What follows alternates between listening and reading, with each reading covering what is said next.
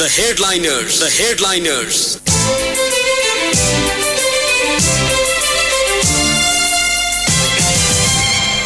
नमस्कार श्रोता, रेडियो कान्तिपुरको नियमित कार्यक्रम द हेडलाइनर्स लिएर आज म अनिल बोगटी उपस्थित भएको छु। कार्यक्रममा आज हामी स्थानीय तह निर्वाचन घोषणा भएपछिको अवस्थाबारे लोकतान्त्रिक समाजवादी पार्टीका एकजना नेता जितेन्द्र सोनलसँग कुराकानी गर्दैछौँ।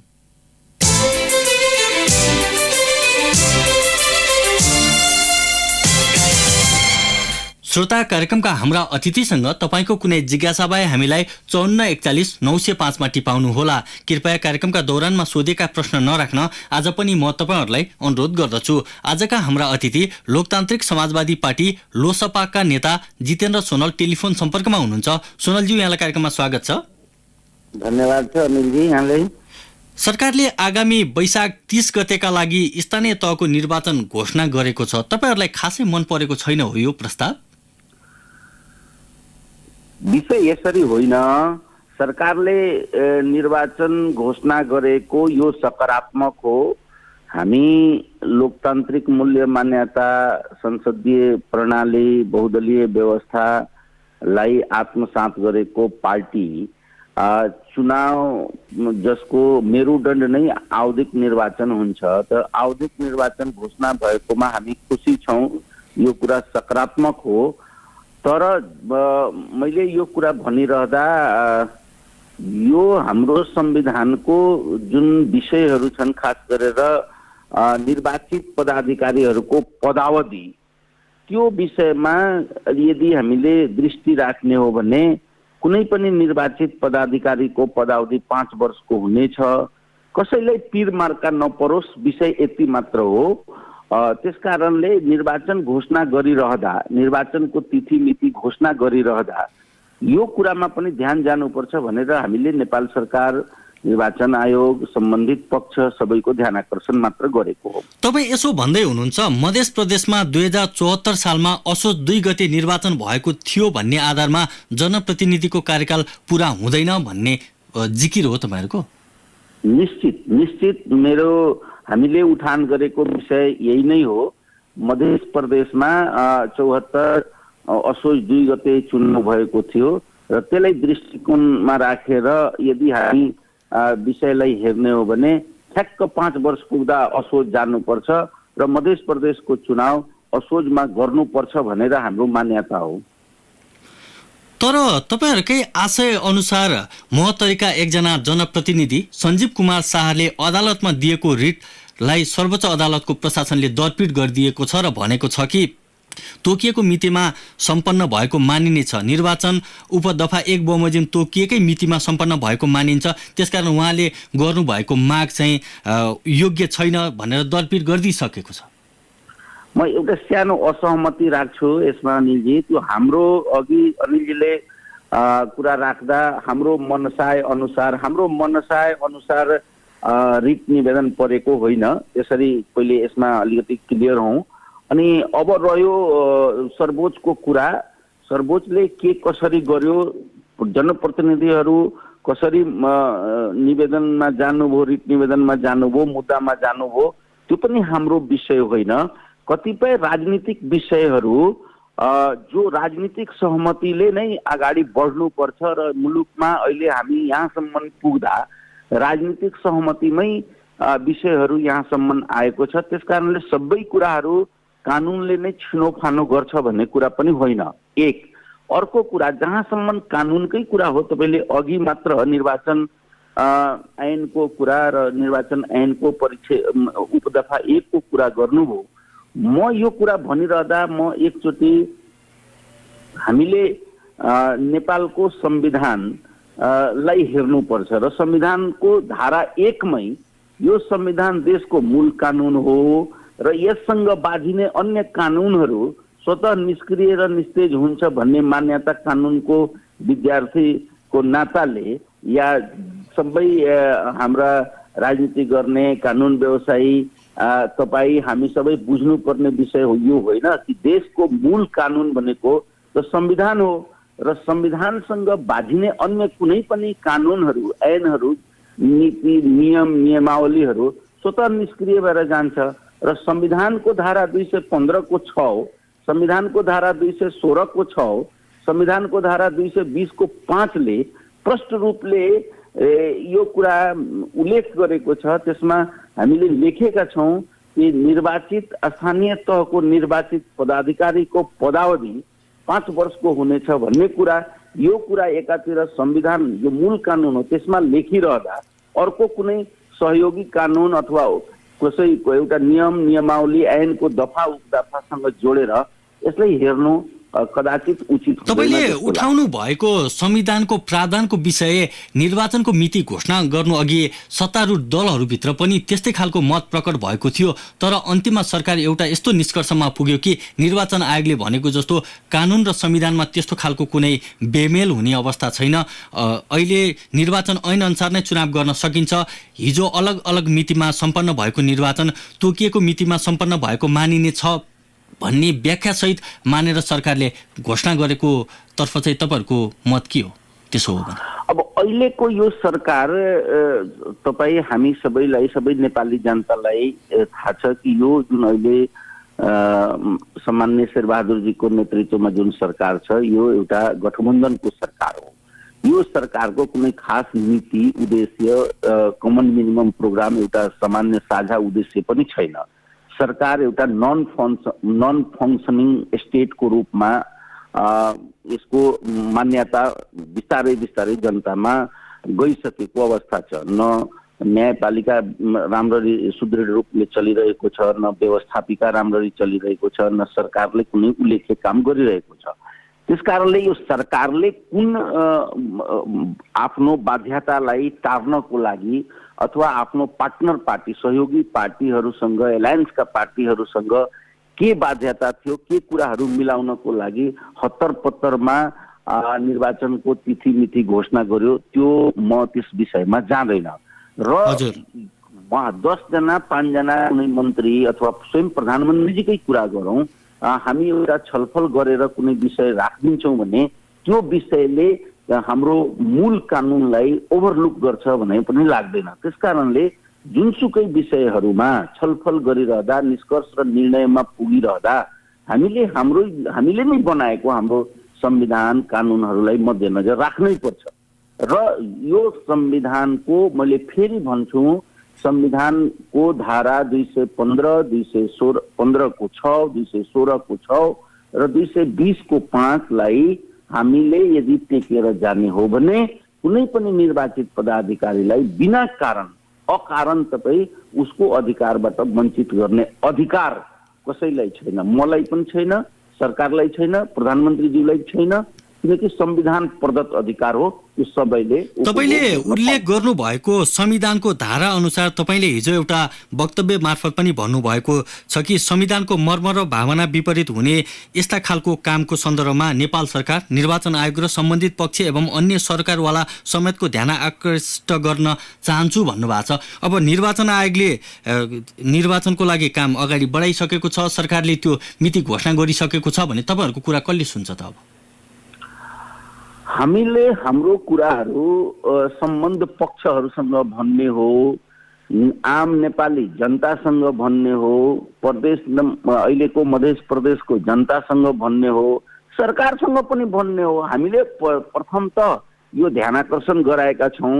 यो ध्यान आकर्षणबाट पनि सरकारको ध्यान आकर्षण भएन, निर्वाचन आयोगको ध्यान आकर्षण भएन भन्ने पनि यसका चरणबद्ध रणनीतिक रूपले के कसरी जानुपर्छ भन्ने कुराहरू हामी यस पश्चात छलफल गरेर अगाडि बढ्छौँ। अनिलजी, त्यो अवस्थामा तपाईहरु निर्वाचनको तयारीमा लाग्नुहुन्छ कि अर्को कुनै वैकल्पिक बाटोको उपायमा लाग्नुहुन्छ? म फेरि तपाईले भन्छु, यो गम्भीर विषय हो र यसको अर्को पाटोमा हेर्ने हो भने यो एक प्रकारले संघीयताको, प्रान्तीय सरकारहरूको अभ्यासले पनि जोडिएको विषय हो। हामी छिमेकी मुलुक हाम्रै भारत जो दुनियाँको सबभन्दा ठुलो लोकतन्त्र देश भन्छौँ, हामी लोकतान्त्रिक देश भन्छौँ, त्यहाँ विभिन्न प्रान्तहरूमा स्थानीय निर्वाचनहरू फरक फरक मितिमा भइराखेको हुन्छ। त्यो अभ्यासमा आएको कुरा हो। त्यसकारणले यहाँ पनि हाम्रो नेपालमा पनि 7 वटा प्रदेश छ र 7 वटै प्रदेशमा यदि फरक फरक मितिमा, फरक फरक तिथि मितिमा चुनावहरू भएको छ भने एउटै मितिमा सातै प्रदेशमा चुनाव गर्नुपर्ने हिजोको जस्तो युनिटरी सिस्टम थियो, एकात्मक शासन प्रणालीमा हामी थियौँ, त्यस्तो कुनै बाध्यता छैन। यो हुनु पनि हुँदैन। मूल भनाइ के हो कि मान लिनुहोस् कि कुनै कारणवश 7वटा प्रदेशमा कुनै एउटा प्रदेश सरकारले तपाईँको सरकार सञ्चालन गर्न सकेन विभिन्न कारणले, संवैधानिक प्रावधान अनुसार, त के त्यो प्रदेश सभा विघटन भएर यदि कुनै प्रकारले यदि मध्यावधि चुनावमा गयो भने र फेरि अर्को 5 वर्षमा हुने अर्को प्रदेश र अथवा सङ्घीय सरकारको सङ्घीय संसदको चुनावसँगै निर्वाचन आयोगले त्यस्तै घोषणा गरिदिन्छ त्यस प्रदेशको पनि चुनाव। मलाई लाग्छ कि अब हामी तपाईँ यहाँको नेपाली जनता, नेपाली मिडिया, नेपालका नागरिक समाज र सरकारवाला सबै पक्षहरूले यो अभ्यास अब थालिनुपर्छ यहाँ हाम्रो देशमा पनि। हजुर, तपाईले उठाउनु भएको यो राजनीतिक विषय र मलाई यो महत्त्वपूर्ण विषय मलाई कम्प्लिट गर्न दिनुहोस्। हजुर, यो फरक भारत नै हेर्नुहोस्, फरक प्रदेशहरूमा, फरक प्रान्तहरूमा फरक किसिमले जुन प्रदेशमा जसरी 5 वर्ष पुरा हुन्छ यहाँको प्रदेश सभाहरूको अथवा त्यहाँको स्थानीय निकायहरूको चुनाव त्यसरी नै इलेक्सन कमिसनले त्यहाँको सरकारसँग समन्वय गरेर त्यो गर्छ। त नेपालमा पनि हाम्रो इलेक्सन कमिसन जुन छ त्यो इलेक्सन कमिसनले बिस्तारै, अहिले त नभनौँ तर प्रकारान्तरमा यस अभ्यासमा जानुपर्छ। र अहिले यसको के राम्रो कुरा हुन्थ्यो भने अहिले 5 महिना अथवा 6 महिना पछाडि मध्य प्रदेशको चुनाव हिजो भएको थियो। हिजो भनेको 2074 सालमा भएको थियो। अब 2079 सालमा चुनाव घोषणा गरिरहँदा हामीले त्यसलाई मध्यनजर राखेर 5 वर्षमा गऱ्यौँ भने कुनै अन्यथा हुँदैन, यो प्रयोग पनि हुन्छ। तपाईले उठाउनु भएको राजनीतिक विषय अथवा निर्वाचनका विभिन्न खालका अभ्यासहरू एउटा ठाउँमा छ, तर निर्वाचन आयोगले दिएको दलिल के हो भने स्थानीय तह निर्वाचन ऐन 2073 दफा 4 को उपदफा 2 बमोजिम अलग अलग मितिमा सम्पन्न भएको निर्वाचन उपदफा 1 बमोजिम तोकिएको मितिमा सम्पन्न भएको मानिनेछ भन्ने जुन तर्कको आधारमा गरेको छ नि, त्यसकारण तपाईहरुसँग कानुनी लडाईको बाटो चाहिँ छैन हैन? अब म फेरि भन्छु, तपाईँ 2076 सालको निर्वाचन सम्बन्धी ऐनको जुन कुरा उठान गर्नुभयो, म त्यसलाई कहाँ कन्ट्राडिक्टरी, कहाँ त्यसलाई म कुरा राख्न चाहन्छु कि हामीले त्यो कानुन संविधानमा टेकेर न बनेको हो। मूल कानुनसँग, तपाईँ यदि कानुनको विद्यार्थी हो भने, म अलिअलि कानुन जानेको छु र हाम्रा देशमा धेरै कानुनका विद्यार्थी प्रोफेसरहरू हुनुहुन्छ, उहाँहरूसँग सोध्ने हो र उहाँले हामीले सिकाएको बताएको कुरा देशको मूल कानुन संविधान हो र संविधानकै धारा 1 मा, नेपालको संविधानको धारा 1 मै यो कुरा उल्लेख छ कि यो नै मूल कानुन हो र त्यो मूल कानुनमा को धारा 215 मा यो कुरा लेखिरहँदा त्योसँग कन्ट्राडिक्टरी बन्ने कानुन त्यो निस्तेज हुन्छ कि मूल कानुन निस्तेज हुन्छ? मलाई यो कुरा बताइदिनुपर्छ साथीहरूले। अब यो संविधानको धारा निस्तेज हुने हो कि कानुन संशोधन गरेर त्यसलाई मूल कानुन अनुरूप बनाउने हो? विषय त्यहाँ छ। यो कानुनको विषय र संवैधानिक प्रावधानको विषयलाई अलिकति थाँती राखेर मैले अब तपाईसँग स्थानीय तह निर्वाचनको सन्दर्भमा दलहरूबीच गठबन्धनको जुन चर्चा भइरहेको छ नि त्यसतर्फ कुराकानी गर्न चाहे। तपाईहरुको पार्टीले पनि कुनै दल विशेषसँग गठबन्धन गर्छ कि गर्दैन स्थानीय तहको चुनावमा? यस विषयमा अनिलजी, हाम्रो पार्टीभित्र यो विषय प्रवेश गरेर छलफल भइसकेको छैन। अहिले सरकारमा भएका सहभागी दलहरूको जुन एलायन्स छ, गठबन्धन छ, त्यो सरकारी गठबन्धन कसरी बढ्छ त अगाडि? त्यो सरकारी गठबन्धन रहन्छ कि रहँदैन स्थानीय चुनावमा? त्यसपछि त्यसले पार्ने प्रभाव र त्यसले बाट कसरी परिस्थिति उत्पन्न हुन्छ, त्यसबाट राजनीतिक पार्टीहरू, खास गरेर हाम्रो पार्टी पनि त्यस विषयमा छलफल गरेर अगाडि बढ्छ। अहिले हामी आफ्नो नेता कार्यकर्ता सम्पूर्ण र्याङ्क एन्ड फाइलमा हामी मध्य प्रदेश को एउटा परिस्थिति छ, त्यस बाहेकका अन्य प्रदेशहरूमा हामीले चुनावको तिथि मिति घोषणा भएको छ र लोकतन्त्रमा आवधिक चुनाव लोकतन्त्रको मेरुदण्ड हो। यसलाई हामीले आत्मसात गरेर लिएर जानुपर्छ। हामी आफ्ना सबै र्याङ्क फाइलमा हामी यो कुराहरू राखिसकेका छौँ। हाम्रो माननीय अध्यक्ष मोहन ठाकुरजीको यसमा निर्देशन भएको छ। हामी चुनावको तयारीमा छौँ। मध्य प्रदेशको सवालमा हाम्रो एउटा फरक विचार छ। यस सन्दर्भमा हामी पछि नीति रणनीति बनाएर अगाडि बढ्छौँ। यदि यो अहिलेको 5 दलीय गठबन्धन कायम भयो भने चाहिँ के गर्नुहुन्छ? अब यो कुरा तुरन्त भनिरहँदा अलिक अर्ली हुन्छ जस्तो लाग्छ यसमा टिप्पणी। यसमा अहिले यो 5 दलीय गठबन्धन छ, जनतामा त्यो भान पनि भएको छैन। स्थानीय निर्वाचनमा जान्छ जाँदैन, के गर्छ त्यो गठबन्धनको कुरा हो। यो विषयमा हाम्रो पार्टीभित्र अहिले छलफल हुन बाँकी छ। के तपाईहरू राष्ट्रिय सभाको निर्वाचनमा जस्तै एमालेसँग गठबन्धन पो गर्ने हो कि भन्ने चर्चा छ नि? राजनीतिकमा सबै कुरा सबै विषय खुला हुन्छ। त्यो कुरालाई अहिले नै हुन्छ भन्न सकिँदैन र हुँदैन भने इन्कार गर्ने स्थिति छैन। राजनीतिकमा सबै कुराको सम्भावना सबै पल एभ्री टाइम त्यो रहन्छ। त्यो सम्भावनालाई इन्कार गर्ने स्थिति अथवा अहिले नै साकार गर्ने स्थिति छैन। त्यो भनेको राजनीतिमा जे कुरा पनि सम्भव छ भन्ने हो?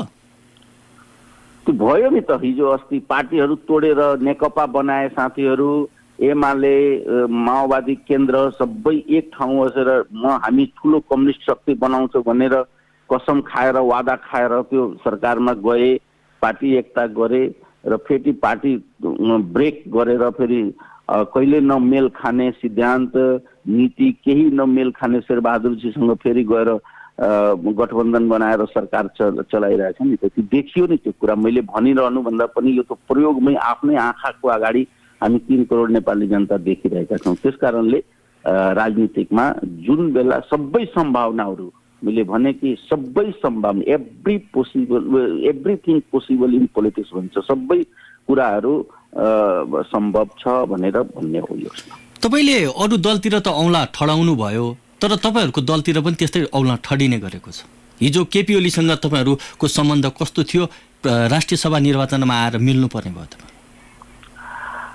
राष्ट्रिय सभामा प्रदेश नम्बर खास गरेर मध्य प्रदेशमा अब उहाँ 4 पार्टीको एलायन्समा अगाडि बढ्यौँ र हामी 2वटै पार्टी, लोकतान्त्रिक समाजवादी पार्टी र नेकपा एमाले मध्य प्रदेशमा हामी प्रमुख प्रतिपक्ष र विपक्षमा छौँ अथवा अपोजिसनमा छौँ।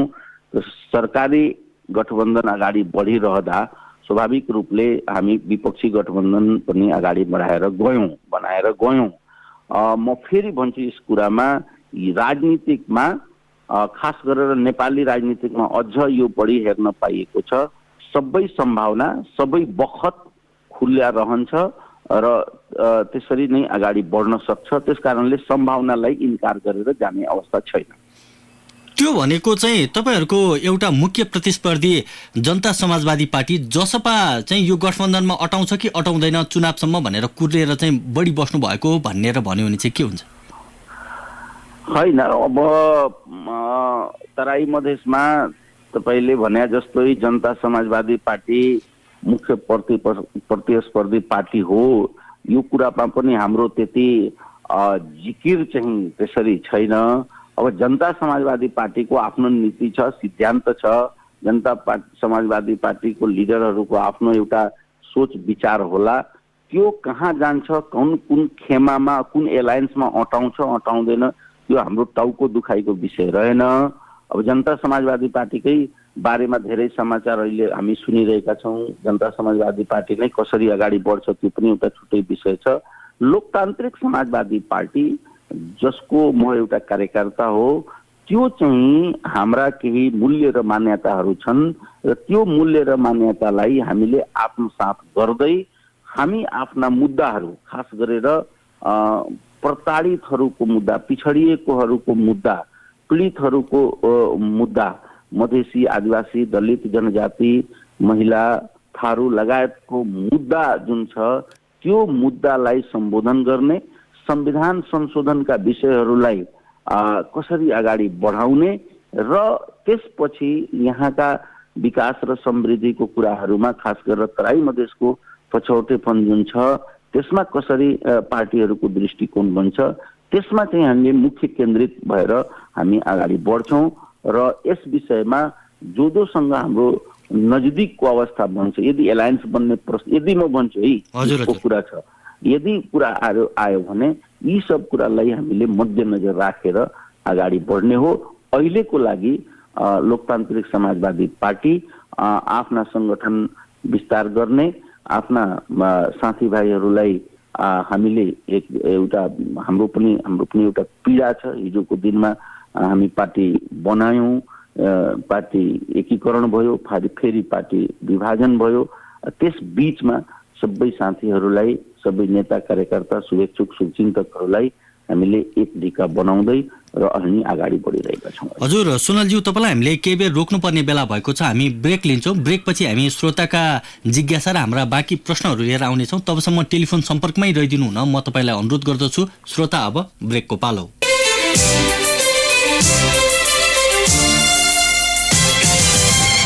ब्रेकपछि स्वागत छ श्रोता। कार्यक्रममा आज हामी स्थानीय तह निर्वाचन घोषणा भएपछिको अवस्थाबारे लोकतान्त्रिक समाजवादी पार्टीका नेता जितेन्द्र सोनलसँग कुराकानी गरिरहेका छौँ। सोनलज्यू, यहाँलाई ब्रेकपछि फेरि पनि स्वागत छ। धन्यवाद। अघि हामीले ब्रेक अगाडिको कुराकानी गर्ने क्रममा जसपाको कुरा गरेर तपाईँले भन्दै हुनुहुन्थ्यो जसपा कसरी अगाडि बढ्छ भन्ने कुरा नै टुङ्गो लागेको छैन भन्दै हुनुहुन्थ्यो। तपाईँहरूको पार्टी चाहिँ ठिकठाक छ? हाम्रो पार्टी ठिकठाक पोजिसनमा बढिरहेको छ अगाडि।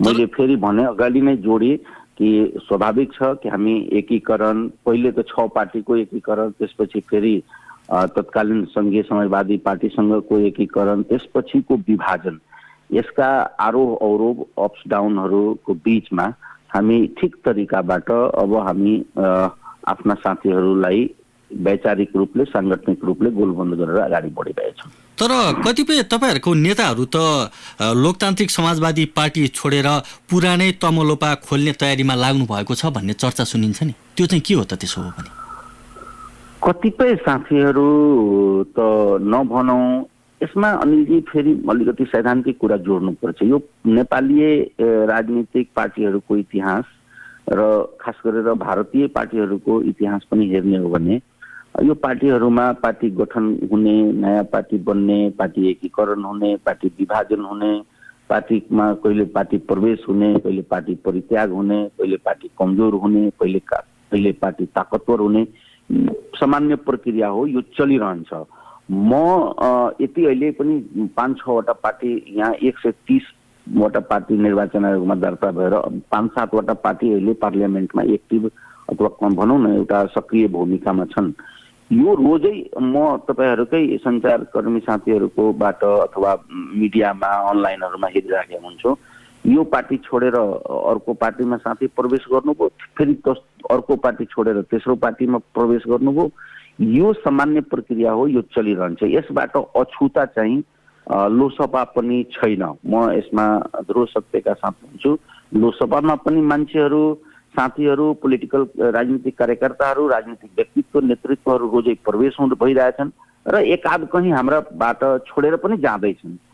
त्यस कारणले तर उल्लेख्य संख्यामा अहिले हाम्रो लोसपाको संरचना हेर्ने हो भने केन्द्रीय कार्यकारिणी समिति 31 जनाको छ।